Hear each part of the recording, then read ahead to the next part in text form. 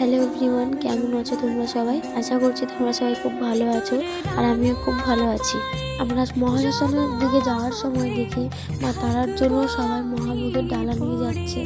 এদিকে আমরা দাঁড়িয়ে দাঁড়িয়ে চিন্তা ভাবনা করছিলাম যে আমরা যাবো কি না। তারপর সবাই বললো না যাই, তোমরা আসলাম একবার ঘুরেই আসি। তো আমরা এদিকে শ্মশানের ভিতরে যাওয়ার জন্য নিচে নামছি। এখানে বলি দেওয়া হয়। তারপর আমরা আস্তে আস্তে ভেতরের দিকে ঢুকছিলাম। এদিকে দেখছি যে সাধুদের হাতে এক একজনের হাতে স্ক্রিন টাচ ফোন, আবার এদিকে বলছে যে মা ভিক্ষা দিয়ে যা। তো ব্যাপারটা ভালোই, কিন্তু একটু হাস্যকর। সবার কাজে ব্যস্ত, এদিকে হোমযজ্ঞ করছে অনেকে দেখলাম। তো আমরা ভয়ে বেশি ভিডিও ক্লিপ নিতে পারিনি, কারণ ওখানে সব সাধুরা আমাদের কাছে টাকা পয়সা চাইছিল। আমাদের কারোর কাছে তখন টাকা পয়সা ছিল না।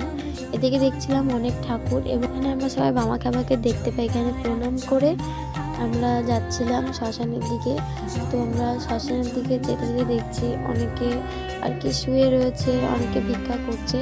তো এটা হচ্ছে সেই পুকুর যেখানে অনেকে পিণ্ডদান টান করে বলে, যেটা শুনেছি। তো এখানে কিছু কিছু ছোটো ছোটো মন্দিরও আছে।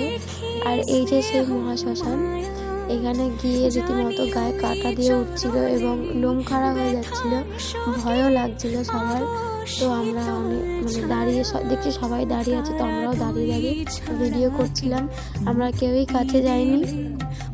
একটা লোক ডাকছিল আমাদের, তো আমরা ভয় থেকে যাইনি। আমরা একটুখানি দাঁড়িয়ে ওখানে কিছু ভিডিও ক্লিপ নিয়ে আমরা চলে আসি।